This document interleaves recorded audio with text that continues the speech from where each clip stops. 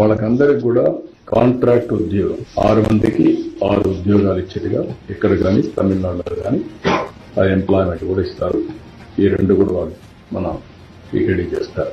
ఇంకొక పక్కన ఇద్దరికి కొంచెం సీరియస్ అయినాయి, దెబ్బలు అయినాయి. వాళ్ళిద్దరికి ఒక్కొక్కరికి 5 లక్షల చొప్పున ఆర్థిక సహాయం చేసి వాళ్ళ ఆరోగ్యం మెరుగయ్యే వరకు ప్రభుత్వ ఖర్చులతోనే మొత్తం చేస్తాం. వాళ్ళకి 5 లక్షల రూపాయలు ఇస్తాం.